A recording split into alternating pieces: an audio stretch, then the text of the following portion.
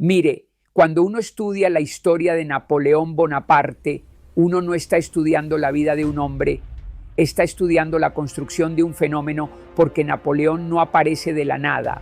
Napoleón surge en un momento donde Francia está en caos, donde la revolución ha derrocado reyes, donde Europa entera tiembla porque no sabe qué vendrá después, y en medio de ese ruido aparece un joven corso que nadie tomaba en serio.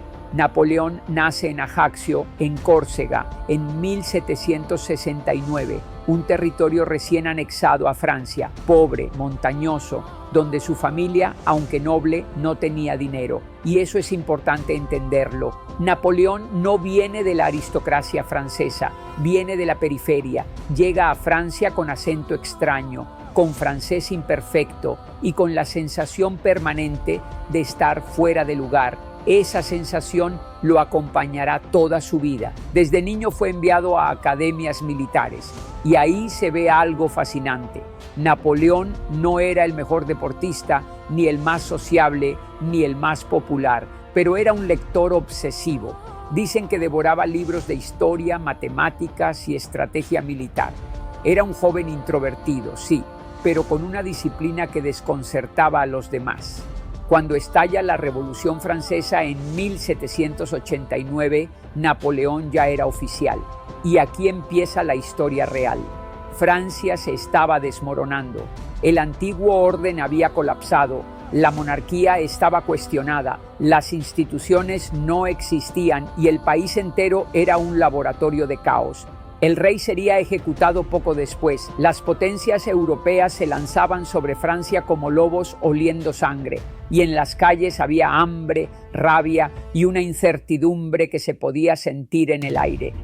Imagínese un país donde nadie sabe quién manda, donde cada semana hay un nuevo grupo gobernando y donde cada error se paga con la guillotina. Francia necesitaba líderes, verdaderos líderes. Y la mayoría no estaban a la altura porque la revolución había devorado a los talentosos y elevado a los improvisados. En ese ambiente tóxico, confuso y radical aparece Napoleón. Un joven de apenas 24 años, casi un desconocido, con uniforme prestado y acento corso, pero con una claridad mental que muy pocos tenían. En 1793, durante el sitio de Toulon, cuando generales experimentados no sabían qué hacer, él analiza el terreno, estudia la posición enemiga y presenta un plan que nadie había visto: recuperar la ciudad estratégicamente, atacando los puntos clave de artillería. Y allí, en ese episodio que muchos pasan por alto, Napoleón muestra algo que lo acompañará siempre: una capacidad para ver lo que otros no ven. No solo la posición del enemigo, sino la jugada completa. La revolución necesitaba orden, visión, estructura, y Napoleón, sin saberlo, estaba empezando a llenar ese vacío. Fue en Toulon donde dejó de ser un oficial más y comenzó a convertirse en un fenómeno histórico. Después vendrá la campaña de Italia, un episodio que, si uno lo estudia con detenimiento, revela la verdadera naturaleza de Napoleón. Francia en ese momento le entrega un ejército que en los papeles era francés, pero en la práctica era una colección de hombres agotados, mal pagados, mal alimentados y, peor aún, sin propósito. Era un ejército derrotado antes de entrar en batalla, soldados que caminaban con los zapatos rotos, que cargaban armas oxidadas, que no tenían más motivación que sobrevivir un día más y, si tenían suerte, encontrar algo de pan por el camino. Un ejército que había sido usado, desechado y olvidado por los altos mandos en París. Y es justamente allí donde Napoleón se revela, porque un líder verdadero no es el que recibe un ejército fuerte y lo mantiene fuerte, es el que recibe ruinas y construye grandeza. Napoleón llega a Italia y lo primero que hace no es mover tropas, lo primero que hace es leer la moral, y él se da cuenta de algo que sus predecesores jamás vieron. Esos hombres no estaban derrotados porque fueran malos soldados. Estaban derrotados porque llevaban demasiado tiempo sin escuchar una voz que los hiciera sentir parte de algo más grande que ellos. Y aquí aparece un aspecto fundamental en Napoleón: la comunicación. Napoleón no era solo un estratega, no era solo un matemático militar, era un constructor de relatos. Mientras otros generales redactaban órdenes, Napoleón escribía discursos. Mientras otros hablaban de posiciones y flancos, Napoleón hablaba de destino, de gloria, de historia.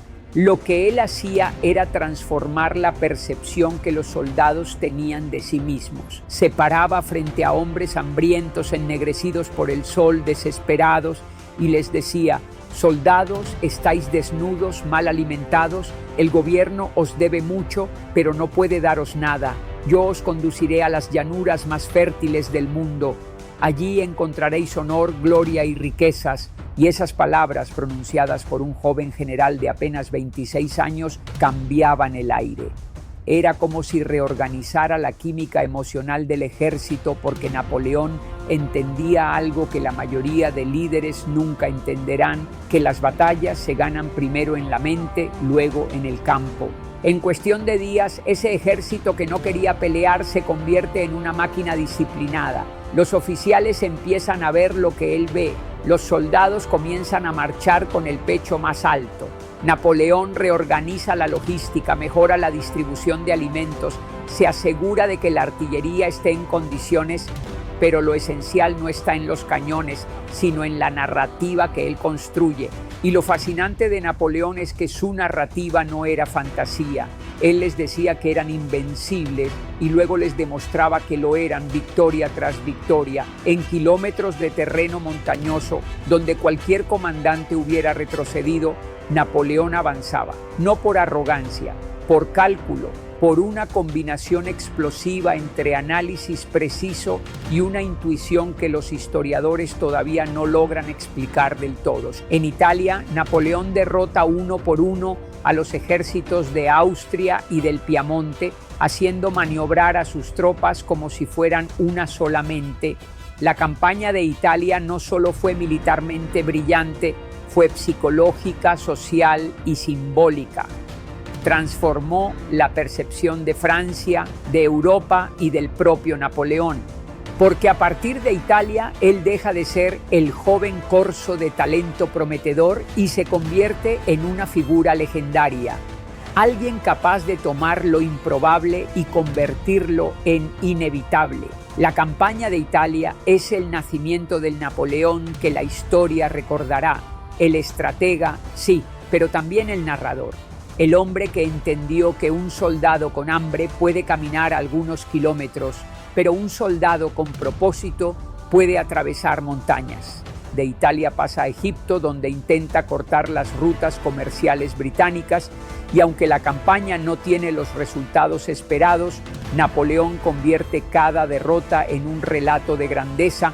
Mientras otros escondían el fracaso, él lo transformaba en mística. Eso es lo que lo vuelve una figura nacional. En 1799, Francia vive una crisis política insostenible. El proyecto revolucionario que había prometido libertad, igualdad y fraternidad se encontraba paralizado por sus propias contradicciones. El Directorio, ese gobierno frágil, dividido, corroído por la corrupción y el miedo, se derrumbaba lentamente. No tenía autoridad moral, ni fuerza militar, ni confianza popular. Las arcas del Estado estaban vacías. La inflación devoraba salarios. Las provincias estaban sumidas en rebeliones intermitentes y las potencias europeas observaban a Francia como un animal herido al que tarde o temprano habría que rematar la revolución, que había comenzado como una esperanza, parecía convertirse en un callejón sin salida. En ese contexto aparece Napoleón, recién llegado de Egipto, envuelto en una aura de misterio y de gloria. Y aquí debe entenderse algo clave. Cuando él da el golpe de Estado, el famoso 18 de Brumario, no está actuando como un oportunista caprichoso. Está leyendo el momento histórico. Está viendo lo que los demás no ven, que Francia ya no soportaba un gobierno débil, que la clase política estaba agotada, que la población quería orden antes que teoría. El golpe no fue improvisado, Fue la culminación de una década de fracturas, de experimentos fallidos y de crisis acumuladas. Era para muchos la única salida. Napoleón se proclama primer cónsul. Y ese título, que suena discreto, es en realidad la piedra angular de una nueva arquitectura política. Él entiende que gobernar una república frágil requiere algo más que ideales, requiere estructura, requiere administración, requiere reglas claras. Por eso, una vez en el poder, no se comporta como un general militar, sino como un ingeniero de sistemas. Y comienza la reorganización total del país. Crea el Código Civil Napoleónico, una obra monumental que reemplaza el caos jurídico heredado del antiguo régimen. Por primera vez en siglos, los ciudadanos franceses tienen un conjunto de leyes claras, aplicables a todos, sin privilegios feudales ni decisiones arbitrarias. Ese código, que aún hoy forma la base legal de muchos países, fue una revolución silenciosa. Francia comenzó a funcionar no por caprichos, sino por principios. Luego viene la reforma educativa. Napoleón no quería escuelas improvisadas ni maestros sin preparación. Quería una Francia capaz, instruida, disciplinada. Por eso crea los liceos, reorganiza la universidad y coloca la educación bajo control estatal. Entiende algo que pocos líderes captan, que un país sin educación es un país sin destino. Crea el Banco de Francia, que estabiliza la economía, organiza la moneda y devuelve la confianza al comercio. Sin ese banco, Francia habría seguido siendo un territorio quebrado, incapaz de financiar ni sus guerras ni sus reformas. Reestructura la administración moderna, departamentos, prefecturas, tribunales, impuestos. Todo queda ordenado con una precisión casi matemática. Napoleón no toleraba la improvisación. Cada provincia debía funcionar como un engranaje exacto dentro de una máquina mayor. Y es en este punto donde Napoleón deja de ser solo un general brillante para convertirse en algo mucho más profundo. El arquitecto del Estado moderno. Los reyes del pasado gobernaban por tradición. Los revolucionarios gobernaban por ideología. Napoleón gobierna por sistema. Él no se limita a ganar batallas, se dedica a construir un país capaz de sobrevivir más allá de él. Por eso su figura trasciende, porque crea una Francia nueva, funcional, ordenada, con instituciones que no dependen de un rey ni de una asamblea volátil. Napoleón diseña un Estado para que la nación pueda sostenerse sola. Ese fue su verdadero legado: convertir el caos en estructura, convertir la revolución en administración, convertir un país desangrado en una potencia moderna. En 1804 se corona emperador y esto divide al mundo. Para algunos es traición a los ideales revolucionarios. Para otros es la única forma de darle estabilidad al país. Pero más allá de juicios morales, el hecho es que Francia recupera fuerza y estructura. Comienzan entonces las grandes campañas europeas: Austerlitz, Jena, Wagram. La Europa feudal empieza a tambalear. Napoleón redibuja mapas, derriba reinos, crea otros. Su sombra se extiende desde Lisboa hasta Varsovia. Pero también allí aparece el principio del fin. Napoleón comete el error que ha destruido a los grandes conquistadores: subestima el tamaño de su ambición. Rusia, en 1812, lanza la invasión más grande de su tiempo, y aunque llega hasta Moscú, la logística, el invierno y la resistencia rusa lo destruyen. De 600.000 soldados, regresan poco más de 100.000. Francia nunca se recuperará de ese golpe. Europa entera se une contra él. Es derrotado, exiliado a Elba, regresa en los famosos 100 días y finalmente es vencido en Waterloo. Luego es enviado a Santa Helena, una isla perdida en el Atlántico Sur. Allí pasa sus últimos años dictando sus memorias. Y cuando uno lee esas memorias entiende que Napoleón sabía perfectamente lo que era. Un hombre que cambió el curso del mundo, pero también un hombre derrotado por sí mismo. Napoleón muere en 1821 a los 51 años en una isla perdida en el Atlántico Sur llamada Santa Helena. Muere lejos de Francia, lejos de sus ejércitos, lejos de la gloria que alguna vez iluminó toda Europa. Muere casi en silencio, como si la historia quisiera recordarnos que incluso los gigantes terminan volviéndose humanos. Pero la pregunta inevitable, la que cualquier persona que estudia su vida debe hacerse, es esta: ¿por qué seguimos hablando de él? ¿Por qué un hombre que murió hace 2 siglos sigue ocupando espacio en nuestra memoria colectiva? Porque Napoleón no fue solo un militar brillante. Esa es la lectura superficial, la lectura fácil. Sí, fue un genio en el campo de batalla, sí, cambió la forma de hacer guerra, pero reducirlo a eso es no haberlo entendido. Napoleón fue un reformador profundo del Estado, un estratega en todos los sentidos: militar, político, administrativo, un comunicador nato, un organizador incansable, un creador de sistemas que todavía usamos hoy. Su presencia está incrustada en la vida moderna más de lo que la mayoría imagina. Cuando usted firma un contrato claro, estructurado, sin privilegios feudales, está usando principios del Código Civil que Napoleón redactó. Cuando un estudiante entra a un liceo o una universidad pública con un currículo organizado por niveles, está entrando a un sistema educativo diseñado bajo la lógica napoleónica. Cuando usted observa que un país está dividido en departamentos, en prefecturas o provincias administradas por funcionarios del Estado, está viendo la huella de su reforma territorial. Napoleón entendió una cosa que cambió el rumbo de Europa: que para que un país funcione necesita instituciones que sobrevivan al líder. Él no reformó Francia para su gloria personal, aunque sin duda la buscaba, sino porque sabía que sin orden no existe progreso. Creó un Estado moderno que pudiera funcionar con precisión incluso sin él. Ese tipo de visión no la tienen los conquistadores, la tienen los arquitectos de civilización. Además, Napoleón tenía una habilidad que muy pocos líderes han poseído: era capaz de traducir ideas complejas en acciones concretas.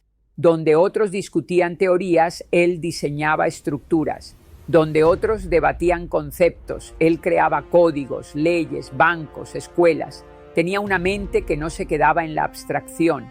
Era un hombre de síntesis, un hombre que podía convertir filosofía política en maquinaria administrativa. Por eso su figura incomoda, fascina y perdura, porque Napoleón obliga al historiador a hacer 2 lecturas simultáneas: la del genio y la del tirano, la del reformador y la del conquistador, la del hombre que elevó a Francia y la del hombre cuyos errores costaron miles de vidas. Esa complejidad es precisamente lo que lo hace eterno. Los personajes planos se olvidan, los personajes contradictorios se estudian para siempre. El derecho civil, la educación pública, la administración territorial, los sistemas modernos de gestión estatal, todo eso lleva su marca, y no solo en Francia, lleva su marca en Europa, en América Latina, en buena parte del mundo occidental. Napoleón murió en 1821. Pero su obra siguió funcionando, siguió respirando, siguió estructurando la vida de millones de personas que quizá nunca supieron de él. Y tal vez ahí está la respuesta final.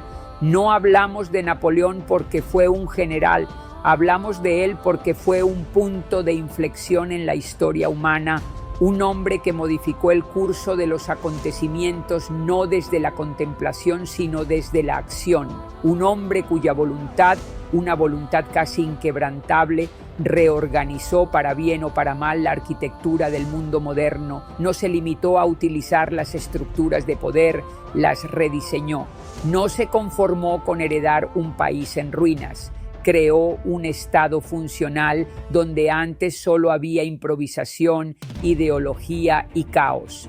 Napoleón es recordado porque encarna una verdad histórica incómoda: que la civilización muchas veces avanza no por consenso, sino por la energía de individuos excepcionales que empujan el mundo hacia un nuevo orden. Y aunque su proyecto personal terminó en derrotas militares y exilio, su impacto institucional permaneció intacto. Su sombra sigue proyectándose sobre nuestras instituciones, sobre las leyes que rigen nuestra vida cotidiana y sobre algo todavía más profundo: nuestra forma de pensar el Estado, de entender la autoridad, de concebir la idea misma de ciudadanía. Cada vez que un país organiza su territorio en departamentos, cada vez que una nación construye un sistema educativo público, cada vez que un juez dicta sentencia basado en principios del derecho civil, ahí está Napoleón. No en la figura romántica del emperador ni en la imagen caricaturesca del conquistador, sino en algo mucho más perdurable, en el diseño, en la estructura, en la idea. Napoleón entendió que gobernar no es solo mandar, gobernar es dejar un sistema que siga funcionando cuando tu voz ya no esté. Por eso su presencia no se diluye con el tiempo, porque Napoleón, de algún modo, no pertenece a su época, pertenece a la evolución misma del Estado moderno. Lo que creó no fueron fortificaciones ni batallas, esas se pierden con los años. Lo que creó fueron mecanismos, leyes, procesos, instituciones. Y cuando un hombre logra eso, cuando su pensamiento se incrusta en la columna vertebral de la sociedad, deja de ser un personaje histórico para convertirse en un elemento estructural de la civilización. Napoleón no vive en los retratos ni en los monumentos, vive en aquello que funciona, en aquello que permanece, en aquello que sigue operando aún después de 200 años. Vive en la manera en que las naciones modernas se piensan a sí mismas. Vive en el debate permanente entre libertad y orden, entre ambición y responsabilidad, entre poder y estructura. Vive en esa tensión que define al mundo contemporáneo.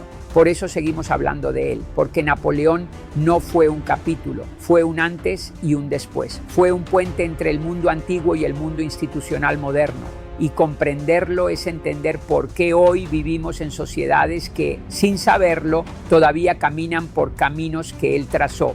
Por eso Napoleón no pertenece solo al pasado, pertenece a la estructura misma de nuestro presente. No se trata de admirarlo ni de condenarlo, se trata de entenderlo, porque Napoleón es una de esas figuras que funcionan como espejos, revelan tanto lo mejor como lo peor de la ambición humana. En él conviven la brillantez y el exceso, la disciplina y la obsesión, la construcción y la destrucción. Su vida es un recordatorio de que el liderazgo, cuando no se equilibra con límites, puede convertirse en un arma de doble filo. Y al mismo tiempo es la prueba de que un individuo, en el momento histórico adecuado, puede reorganizar el destino de millones. Comprender a Napoleón es entender que la historia no es una línea recta, limpia y predecible.